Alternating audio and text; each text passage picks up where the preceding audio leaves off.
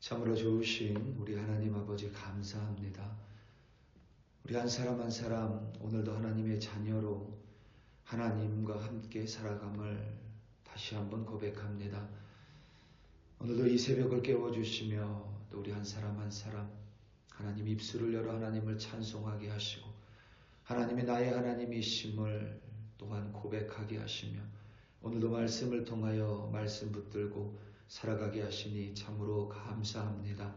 이 험난한 세상 아버지 하나님을 우리 삶의 중심에 두고 하나님 아버지의 말씀을 우리 삶의 기준으로 삼아 오늘도 좌로나 우로나 치우치지 않게 하시고 바른 길로 하나님과 함께 걸어가는 우리들이 되게 하여 주시옵소서. 감사합니다. 예수님의 이름으로 기도드립니다. 아멘. 민수기 9장 1절에서부터 14절로 주의 말씀을 증거합니다. 우리 다 함께 보시겠습니다. 능력받는 새벽기도, 응답받는 새벽기도, 성령과 함께하는 새벽기도. 할렐루야. 아멘.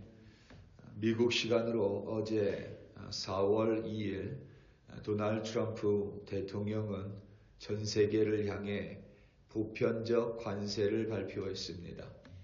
미국으로 수입되는 모든 제품에 관세를 매기겠다라고 알렸습니다. 심지어는 인구가 총 1,500명에 불과한 뉴질랜드령인 토켈라우도 이 관세 부과국에 포함되었습니다. 하지만 러시아는 제외됐습니다. 물론 러시아는 이미 여러 경제 제재를 받고 있기 때문이라고 백악관 대변인은 설명을 덧붙였습니다. 미국과 과거에 상호 관세를 없애자는 FTA, 자유무역협정을 맺었던 나라들도 예외는 없었습니다. 심지어 일본처럼 철저하게 외교를 펼친 나라들도 빠져나갈 수는 없었습니다. 미국과 동맹을 맺었던 나라들도 관세 부과 국가에 올랐습니다. 우리나라도 마찬가지입니다. 미국에 수백억 불의 투자를 약속했었던 회사의 제품도 관세를 피할 수는 없게 됐습니다. 물론 미국의 무역 적자를 줄이기 위한 행동이며 관세로 인하여 관세를 부과함으로써 미국으로 제조업을 다시 가져오겠다라는 의도를 모르는 사람은 없습니다. 더 많은 기업이 미국으로 투자하고 이주하여 미국 내에 일자리를 창출하겠다는 계획도 모르는 바는 아닙니다. 하지만 많은 전문가들과 언론들은 부정적인 입장을 내놓고 있습니다. 전문가라고 해서 늘 옳은 예측을 내놓지는 않습니다. 특히 경제에 있어서는 더욱 그렇습니다. 그렇다고 해서 그들의 말을 무조건 무시하는 것 또한 능사는 아닙니다. 게다가 지금 영주권자를 비롯하여 합법적인 비자를 가지고 있는 미국에 거주하는 이들 또한 불안감을 느끼고 있습니다. 미국 우선주의를 주장하고 있지만 이것이 정말 미국을 위한 일인지는 미지수입니다. 사람들은 이러한 불확실성 때문에 혼돈에 빠졌습니다. 관세로 인하여 어떤 제품의 가격이 올라갈지, 어떤 제품이 얼만큼의 가격이 올라갈지, 그에 따라 리빙 코스트가 얼만큼 상승하게 될지, 국제사회에서 미국의 위상이 어떻게 달라질지, 미국의 곁에는 어떤 동맹이, 어떤 친구가 남을지, 미국의 앞날은 어떻게 전개가 될지 어느 것 하나 확실하지 않기 때문입니다. 어느 부분이든 세부적인 계획이 없이 힘으로 밀어붙이는 모양새입니다. 이 불확실성의 가장 큰 이유는 사람들이 어떤 기준을 찾을 수 없기 때문에 그렇습니다. 사람은 항상 기준을 가지고 살아갑니다. 그것이 무엇이 됐든 간에 반드시 사람에게는 기준이 있어야만 합니다. 작금의 미국에는 그런 기준을 찾기가 어렵습니다. 한때 미국은 모든 과학자들이 연구를 하기에 더할 나위 없이 좋은 나라였습니다. 그런데 지금은 과학자들이 유럽이나 다른 나라의 문을 두드리고 있는 형세입니다. 출애굽한 이스라엘 백성들에게 하나님은 법을 주셨습니다. 우리가 잘 아는 십계명에서부터 정결법, 그리고 절기법, 그리고 제사법을 주셨습니다. 하나님이 그와 같이 율법을 주신 이유는 그것을 지킴으로써 하나님을 기준으로 이 세상을 살아가라는 의미입니다. 애굽에서 이스라엘 백성은 430년을 지냅니다. 애굽의 문화와 종교 속에서 살았습니다. 그런 이들이 애굽을 나와 광야를 지나며 무엇보다 약속의 땅인 가나안을 향해 가면서 하나님은 그들이 하나님의 백성으로서 하나님을 기준으로 삼아 이 세상을 살아가기 원하셨습니다. 시내산에 도착하여 하나님의 법인 율법을 주시고 성막 짓는 법을 알려주셨습니다. 성막이 완성되어 봉헌식을 마쳤습니다. 그때가 대략 출애굽하고 난 후 1년이 지난 시점입니다. 하나님께서는 이스라엘 백성에게 유월절을 지키라고 명령하셨습니다. 이를테면 두 번째 유월절이면서 출애굽 이후 그리고 광야에서 지키는 첫 번째 유월절입니다.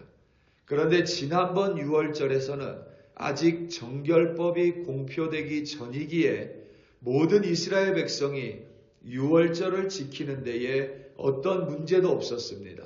하지만 이번 유월절에는 정결법이 공표됐기 때문에 시신을 접한 사람들은 유월절을 지킬 수가 없게 됐습니다. 이제 그들이 모세와 아론에게 나와 자신들도 유월절을 지키게 해달라고 요청했습니다. 그들이 일부러 시신을 접촉했다기보다는 아마도 가족 중에 장례를 치른 이들을 가리키는 것으로 보입니다. 이때 모세는 자신의 임의대로 법을 바꾸지 않습니다. 자신의 임의대로 결정하지 않습니다. 오늘 본문이 이스라엘 백성이 가나안 땅을 향해 진군하기 바로 직전이기 때문에 모세는 이미 모든 이스라엘 백성에게 하나님과 대면하는 자, 곧 하나님의 말씀을 대면하는 자였습니다. 모세가 임의로 결정한다고 해서 누구도 모세에게 토를 달 수는 없습니다. 그럼에도 불구하고 모세는 자신이 스스로 결정하지 않습니다. 하나님께 묻기 위해 사람들에게 기다리라고 말을 합니다. 그리고 하나님께 묻기 위해 하나님 앞으로 올라갑니다. 오늘 본문 8절에서부터 12절입니다. 모세가 그들에게 이르되 기다리라. 여호와께서 너희에게 대하여 어떻게 명령하시는지 내가 들으리라. 여호와께서 모세에게 말씀하여 이르시되 이스라엘 자손에게 말하여 이르라. 너희나 너희 후손 중에 시체로 말미암아 부정하게 되든지 먼 여행 중에 있다 할지라도 다 여호와 앞에서 마땅히 유월절을 지키되 둘째 달 14째 날 해질 때에 그것을 지켜서 어린 양의 무교병과 쓴 나무를 아울러 먹을 것이요 아침까지 그것을 조금도 남겨두지 말며 그 뼈를 하나도 꺾지 말아서 유월절 모든 율례대로 지킬 것이니라. 아멘.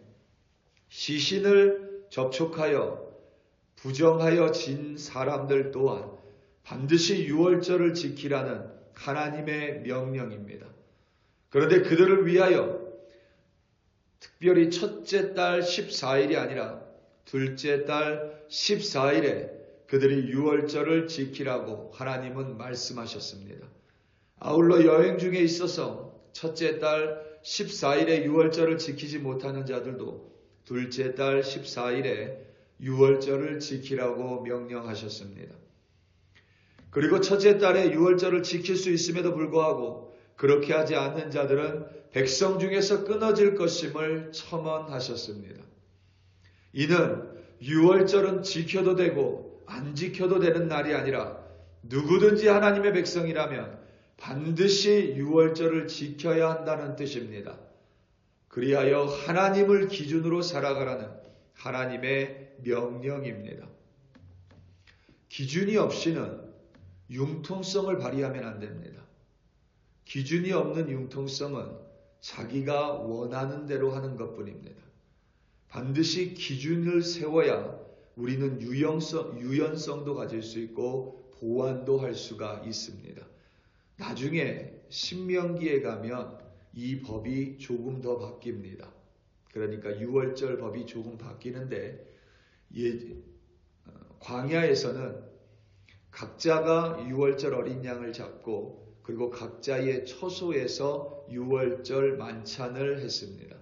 그런데 이제 가나안 땅에 들어가면 성막으로 와서 유월절을 지킵니다.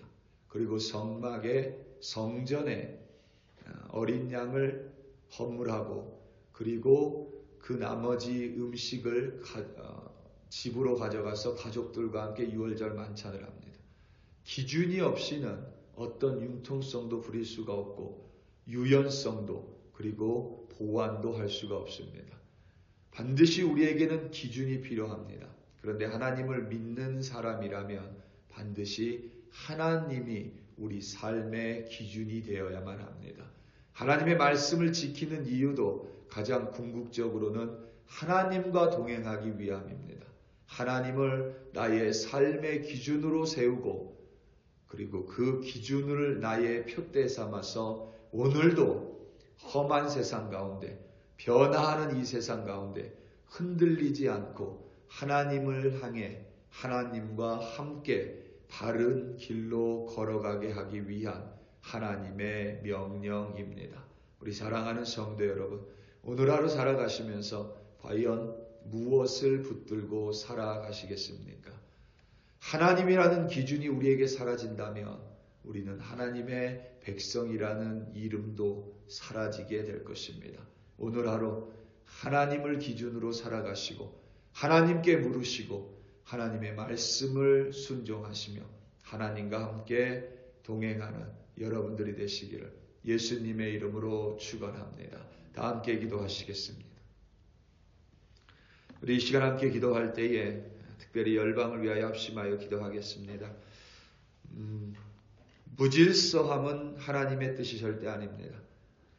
하나님의 방법은 항상 질서정연합니다. 혼란한 세상 가운데 열방이 하나님 외에는 붙들 기준이 없습니다.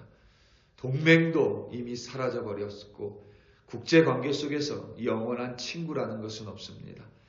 특별히 하나님을 믿는 열방들, 하나님을 따른다고 말하는 나라들이 자신의 유익이 아니라 정말 하나님의 말씀을 기준 삼아 하나님을 자신들의 기준 삼아 오롯이 하나님만 따르는 열방들 되게 해달라고 우리 이 시간 다 함께 주여 한번 부르시고 합심하여 기도합니다.